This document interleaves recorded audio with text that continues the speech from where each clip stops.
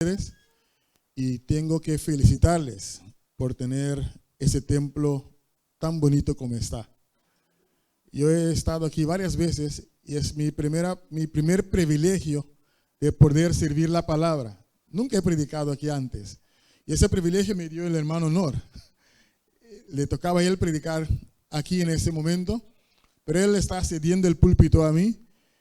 Lo he aceptado por la única razón que no puedo prometerle estar aquí todas las semanas.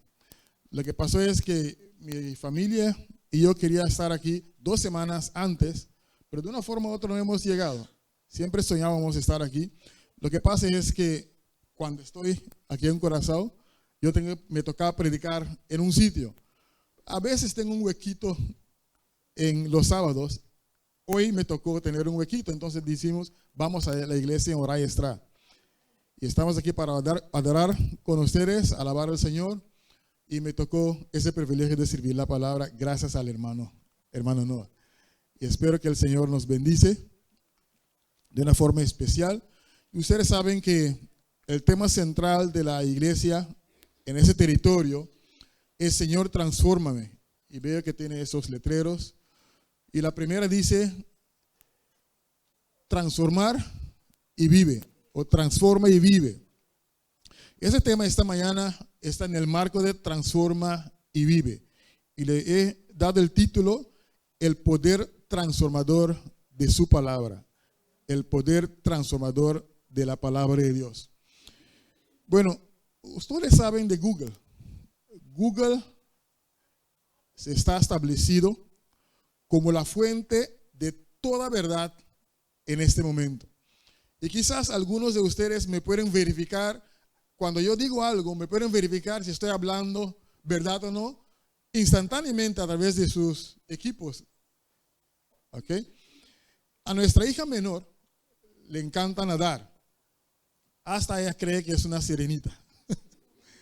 El otro día me pidió que le comprara un vestido de sirenita, el cual pudiese traer a la playa, y me indicó el color, las piezas a ponerse, cómo colocarlas, qué partes se pueden lavar o cuáles no. Cuando le pregunté de dónde sacaste toda esa información, me dijo, lo busqué en la línea, papá. Claro que consultó con Google. Unos años atrás, mientras yo servía como director de publicaciones en la Asociación de Curazao y Bonaire, también me tocaba ser gerente de la librería, donde vendíamos Biblias, alimentos vegetarianos y bebidas. Un día, un colega ministerial, un colega pastor, compró una botella de Vitamalt Plus. En aquel entonces era un producto nuevo que Vitamalt estaba ofreciendo. Entonces él, curioso, después de leer la etiqueta, y me preguntó, ¿es verdad que la malta contiene todo lo que se indica aquí? Me preguntó. Apuntando a las Biblias que vendimos, yo le contesté, la veracidad solo se puede encontrar en la Biblia. No sé si lo que dice la malta en la etiqueta es cierto, pero una cosa puede garantizar que lo que dice la Biblia siempre es cierto. La palabra de Dios, mis hermanos, es más que una fuente de la verdad. Todos los días nos encontramos frente a situaciones donde nos preguntamos, ¿será verdad? ¿O cómo sabría si es verdad?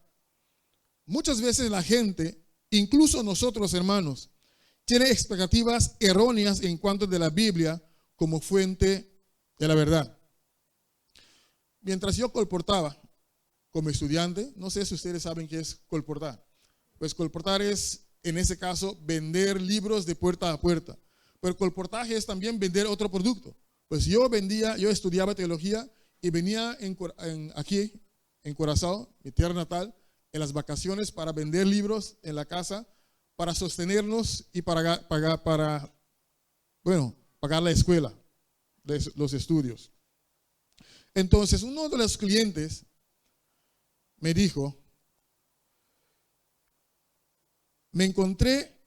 dice que él tenía duda en la Biblia y su ponencia era la mayor problema que tiene el mundo son los jóvenes. Y dice que la Biblia, según él, carece justamente de la información necesaria para que podamos ayudar a los jóvenes a solucionar sus problemas. Él dijo, es la etapa juvenil de la vida de Cristo la que no aparece en la Biblia. Por eso, la Biblia no puede ser la solución para la humanidad en esta época. Pues yo estaba rasgando la cabeza. Y mi respuesta fue, la Biblia no es un libro de texto de sociología. O la Biblia no es una guía para saber cómo manejar los asuntos juveniles. La Biblia es un libro de salvación para enseñarnos cómo podemos ser salvos del problema fundamental o el problema más fundamental de la humanidad, de cómo podemos ser libres del pecado, que es la causa de todos los desafíos que tenemos que enfrentar como seres humanos, incluso los desafíos que tenemos con los jóvenes hoy. Pues mis hermanos, la Biblia, que es la palabra de Dios escrita y proclamada por sus siervos los profetas, no es meramente una fuente de información verdadera. No es como Google, no es una enciclopedia que tenemos que consultar para saber qué es verdad en todos los temas. Consecuentemente, podemos decir que los arqueólogos, o no son los arqueólogos los que determinan si la Biblia es inspirada o no. Lo que los arqueólogos hacen es solo establecer que la historia bíblica es verdadera. Dios es quien decide a quién inspira y cuándo lo hace. El lector, nosotros, en cambio, tendrá que distinguir quién es inspirado por Dios o no. El lector o el creyente, el que cree en su palabra, en sus profetas. Por eso, Jesucristo dijo a la mujer samaritana, si conocéis el don de Dios, ¿y quién es que te dice, dame de beber? Tú pedirías de él y él te daría agua viva. Juan capítulo 4, versículo 10. ¿Qué significa eso? Significa que la responsabilidad es del lector o del creyente de conocer el don de Dios. Jesús dijo, si tú conoces o si conocéis el don de Dios, si tú conoces el don de Dios, entonces podrás distinguir. Pues es el doctor o el creyente para conocer el don de Dios y de saber quién es el que le habla, quién es el que le predica. Pues yo estoy predicando, pero tú tienes la responsabilidad para distinguir, para saber si yo estoy hablando por autoridad de Dios o vengo por mi propia responsabilidad o autoridad. La Biblia, mis hermanos, o la palabra de Dios y los profetas nos hablan de alguien, hablan de una persona. Además de contener una historia que es verdadera, la palabra de Dios nos habla de una persona quien es la fuente de la verdad. Yo soy el camino, dijo. Yo soy el camino, yo soy la verdad y yo soy la vida. Nadie viene al Padre sino por mí. Juan capítulo 14, versículo 6. Por eso podemos concluir que la palabra de Dios o la Biblia nos habla de una persona que nos libera de la penalidad, del poder y la presencia del pecado. Así es, la palabra de Dios nos dirige a una persona. La palabra de Dios, mis hermanos, nos dirige a una persona que se llama Jesucristo. Jesucristo dijo a los judíos, la lectura bíblica que hemos leído esta mañana, escudriñad las escrituras, porque a vosotros os parece que en ellas tenéis la vida eterna, y ellas son las que dan testimonio de mí, y no queréis venir a mí para que tengáis vida. Juan capítulo 5, versículos 39 y 40. Las escrituras, mis hermanos, la palabra de Dios o los profetas dan testimonio de la persona Jesucristo. Desde Génesis, desde el libro de Génesis hasta Apocalipsis, el último libro de la Biblia, nos dirige a una persona, es Jesucristo. Después de su resurrección, dos creyentes confundidos por lo que ocurrió con Jesucristo andaban hasta Emaús. Dice la Biblia que el mismo Jesús se presentó e iba con ellos juntamente, mas ellos no sabían que era él. Y comenzando desde Moisés y de todos los profetas, declarables en todas las escrituras lo que de él decía. Lucas 24, versículo 27. Porque hay una gran verdad central que siempre debemos tener presente cuando estudiamos, cuando escudriñamos las escrituras. Cristo crucificado. Toda otra verdad está investida con la influencia y el poder correspondientes en la relación con este tema. Únicamente a la luz de la cruz podemos discernir el exaltado carácter de la ley de Dios.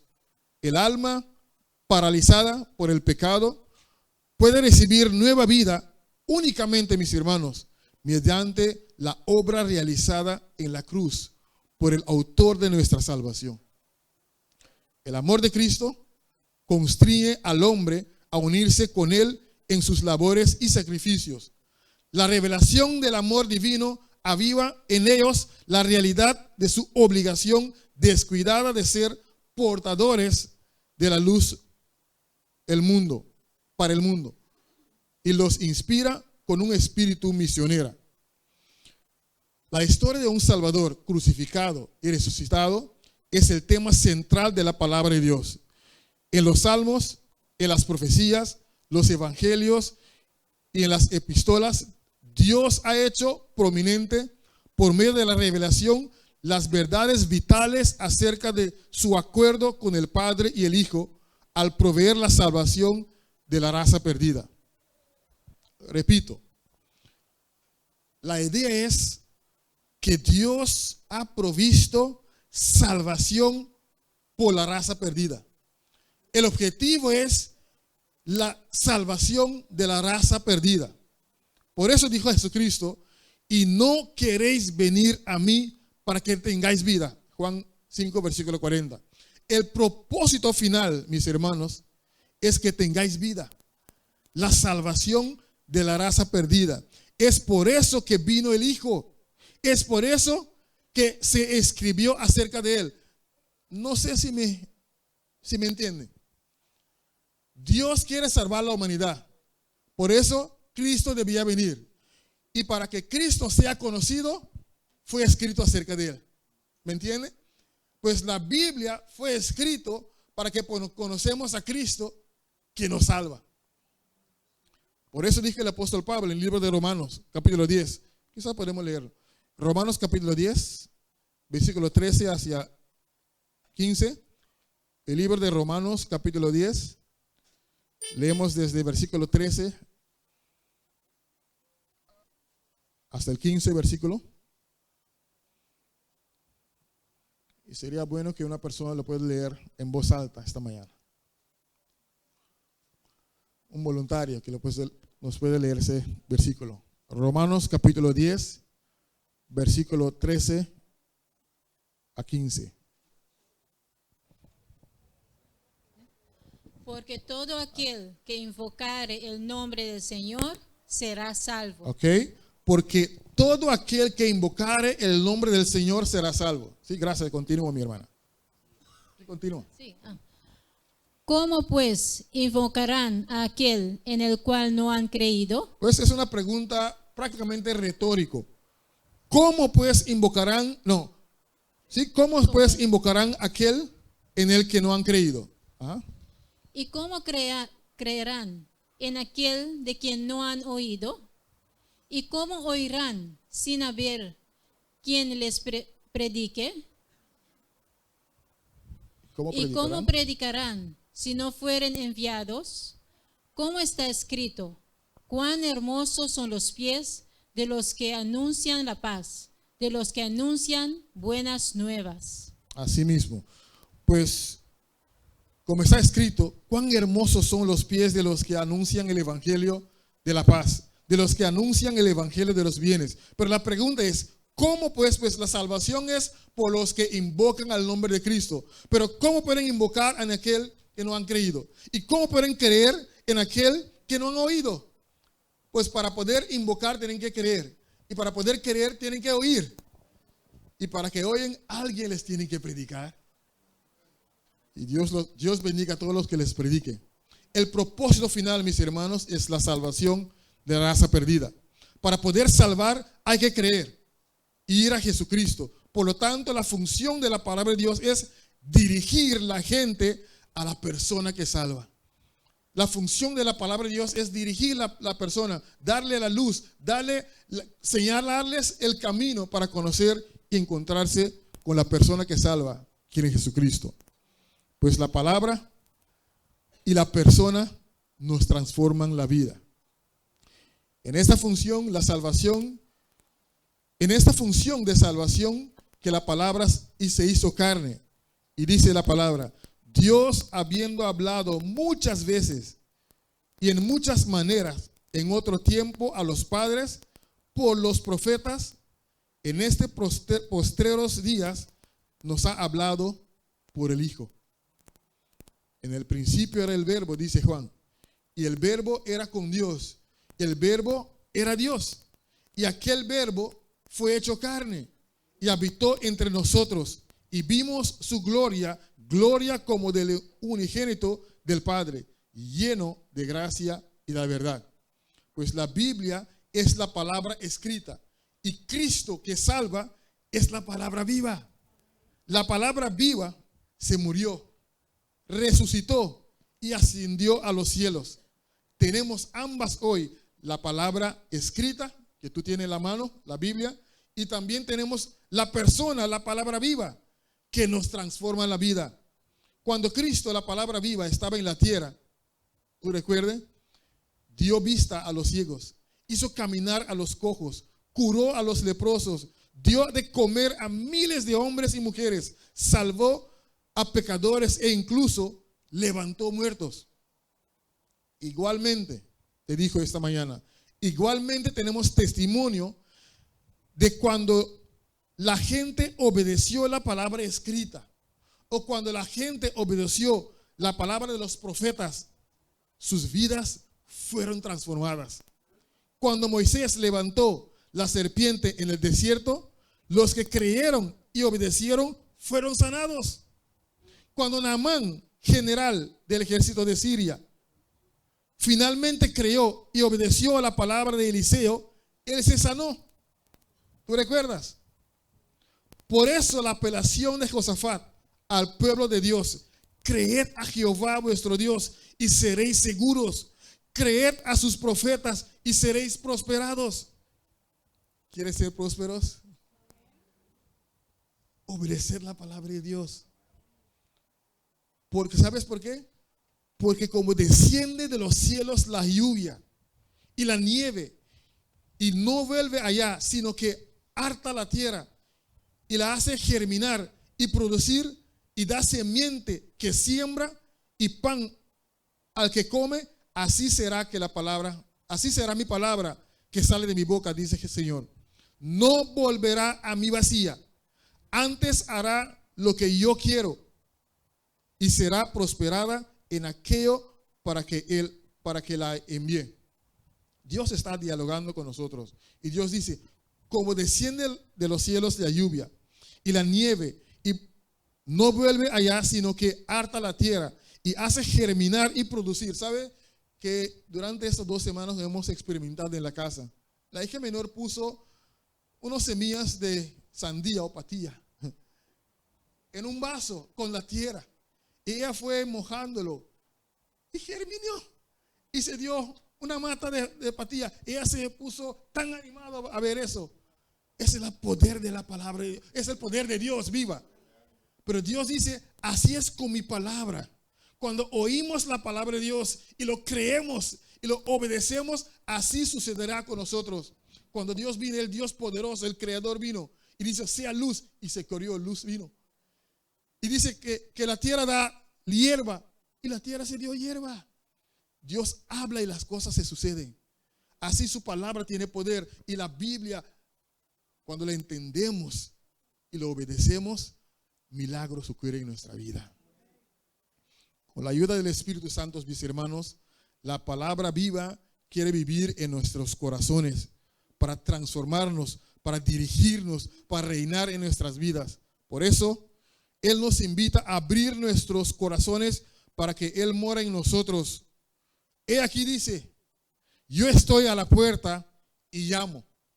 Si alguno oyere mi voz y abriere la puerta, entraré a Él y cenaré con Él y Él conmigo. Qué bonita esta invitación. Apocalipsis capítulo 3, versículo 20. Hay una historia que quiero relatar con usted. Si me puede poner en la pantalla otra vez, a esta mismo. Dice Jesús, he aquí estoy en la puerta y llamo. Si alguno oyere mi voz y abriere la puerta, estaré con él, o estaré a él y cenaré con él y él conmigo. ¿Quiere cenar con Jesús? ¿Quiere que Jesús llegue a su puerta, venir en su casa, sentarse contigo y cenar contigo? Bueno, el vuelo de Germanwings, si me puede cambiar, por favor, gracias. El vuelo de Germanwings 4U9525 era un vuelo regular desde Barcelona, España, a Düsseldorf, Alemania. El día 24 de marzo de 2015, el Airbus cayó alrededor de 100 kilómetros al noroccidental de la costa de Niza, Francia, poco después que perdió contacto con el radar a las 11 menos 20 minutos de la mañana. El avión fue tumbado deliberadamente por el copiloto. El copiloto, ¿me puede cambiar la dia, por favor? El copiloto se llama Andreas Lubitz, que es ese joven que tenía 27 años de edad. Andreas Lubitz es su nombre.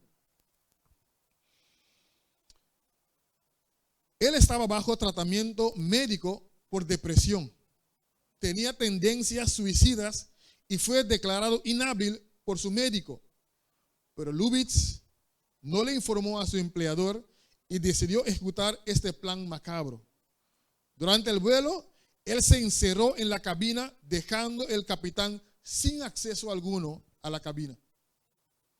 Luego empezó a descender al avión con la velocidad máxima, estrellándolo así en los montes en Francia.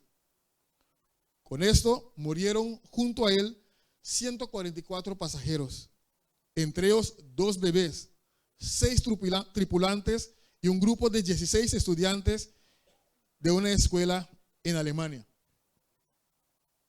¿Se me puede cambiar, por favor? ¿Se me puede cambiar la dia, por favor? Ustedes saben que en 2001, cuando los terroristas derrumbaron los torres en Nueva York, pensaron colocar una seguridad en la cabina de todos los aviones para evitar acceso a cualquier terrorista. Pero ese mecanismo fue utilizado por Lubitz para dejar el capitán afuera. Pues él hizo una maniobra durante el vuelo que el capitán fue quizás al baño, no sé. Pero cuando él se salió, él estaba ahí solo en la cabina. Y él se encerró y nadie podría entrar. Y así él podía ejecutar ese plan macabro. La apelación de Cristo, creer en su palabra y en sus profetas, es el mismo del Apocalipsis capítulo 3, versículo 20. He aquí yo estoy a la puerta y llamo. Si alguno oyere mi voz y abriere la puerta, entraré a él y cenaré con él y él conmigo. Jesucristo se presenta como buscando entrada. Jesucristo se presenta como buscando entrada. ¿Qué es erróneo con este cuadro? En vez de estar en medio de su iglesia, Él está fuera de la iglesia y tocando y llamando para pedir entrada. Él no puede entrar si nosotros no abrimos por Él. El capitán de este vuelo de España a Düsseldorf no podía entrar a menos que Lubitz lo abriera. Ese Lubitz estaba enfermo mentalmente. Él tenía planes macabros en su corazón. A veces conozco a personas que no pueden perdonar a otros, que tienen rabia, ira. Y cuando tenemos ira, cuando tenemos el corazón enfermo así, nuestra vida tiene ese mismo destino que en ese avión, está yendo abajo. Solo puede cambiar rumbo si dejamos entrada el capitán. Si solamente abrimos y dejamos entrar el capitán, que para él entra y cena con nosotros, él nos puede transformar, él nos puede cambiar, él nos puede salvar, él nos puede dar gozo. Solo él lo puede, pero tenemos que abrir y poner. El capitán dice la historia, no recuerdo el nombre, si puede cambiar, devolver una más, por favor. El capitán se llama Sonheimer, de 36 años. Él quería mismo quebrar la puerta, pero el tiempo no le daba para quebrarla. Jesús no quiere quebrar su corazón. Jesús quiere que tú la abres voluntariamente. He aquí estoy en la puerta y llamo. Si alguno oyere mi voz y abriere la puerta, entraré a él. Si alguno oyera mi voz y abriere la puerta, yo entraré y cenaré con él. Escudriñad las escrituras, dice Jesús a los judíos, porque vosotros os parece que en ellas tenéis la vida eterna, y ellas son las que dan testimonio de mí, y no queréis venir a mí para que tengáis vida. Qué erróneo, ¿no? Los líderes judíos en ese tiempo que estaba hablando con Jesús cara a cara, pretendían conocer la palabra, son los eruditos de la palabra de Dios, pero fueron ellos que mataron a Cristo.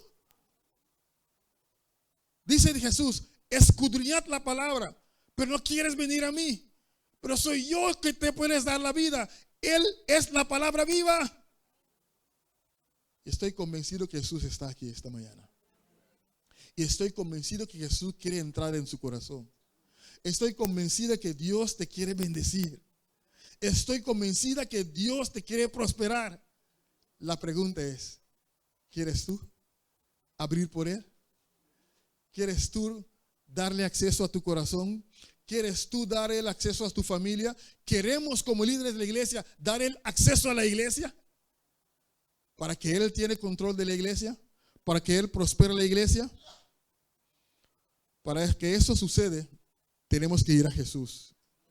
Hay que creer en Él. Creer en su palabra y en sus profetas significa que Jesús tiene acceso a nuestro corazón y que tiene que tener acceso a la iglesia. Hay que ser dispuestos para dejarle tomar el control de nuestra vida, para que Él sea el capitán de nuestra vida. Vamos a cantar un himno juntos. ¿Cuál es el himno final? 208. Creo que dice, dame a Cristo. Vamos a cantar ese himno y cuando termine ese himno quiero hacer una oración especial para usted. Y cuando cantamos ese himno, si ese himno es una oración, dame a Cristo, dame a Jesús. Es una oración que dice Jesús, tú tienes entrada a mí. Si es tu deseo que Jesús sea el capitán de tu vida, Jesús tiene control de tu vida, Jesús tiene control de tu familia, te pido venir adelante al altar para que podamos orar una oración especial para que Jesús tiene todo control de tu vida esta mañana. Ponernos de pie, vamos a cantar juntos.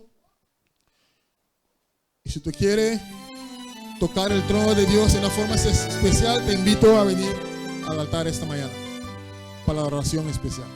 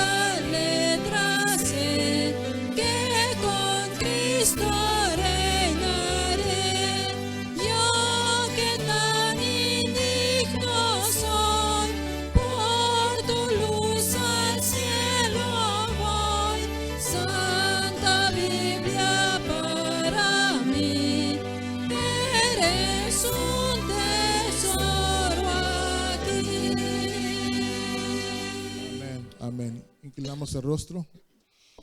Nuestro Señor y nuestro Dios, te damos gracias, Señor, por su gran amor, por la salvación, Señor, que tú has provisto en Cristo Jesús. Gracias, Señor, por tu palabra esta mañana. Y gracias por todos los que lo han oído, entendido y están respondiendo positivamente, Señor, a tu invitación. Gracias, Señor, por los que vinieron al altar. Vinieron, Señor, indicando que ellos te confían. Ellos están respondiendo, Señor, sí, quiero que tú entres, estar conmigo, Señor, y para que tú cenas conmigo. Estamos diciendo, Señor, sí, Señor, transfórmame la vida. Estamos diciendo, Señor, yo te confío. Yo quiero andar contigo, Señor. Prospéranos, oh Dios. Tú conoces, Señor, cada uno de nosotros en ese sitio. Tú sabes dónde vivimos. Tú sabes nuestros desafíos, Señor. Y hay algunos, Señor, que tienen desafío con su salud física, sánalos, oh Dios. Si hay algunos, Señor, que están luchando financieramente, provee para ellos, Señor. Si algunos, Señor, tenemos dificultades sociales en la familia, con amistades o nuestros hijos, interviene, Señor. Señor, tú nos has prometido que los que confían en ti no serán desapuntados, Señor. Gracias, Señor, por obrar un milagro en nuestro favor. Gracias por manifestar en nuestras vidas, Señor. Gracias, Señor, por no dejarnos solo afuera, pero darnos sentados, Señor, en tu reino celestial. Tú conoces, Señor, cada uno de nosotros. Bendícenos donde tú ves, donde necesitamos. Obra, Señor, por causa de tu nombre, porque pedimos en el nombre de Cristo Jesús. Amén. Que Dios me le bendiga. Que Dios le guarde.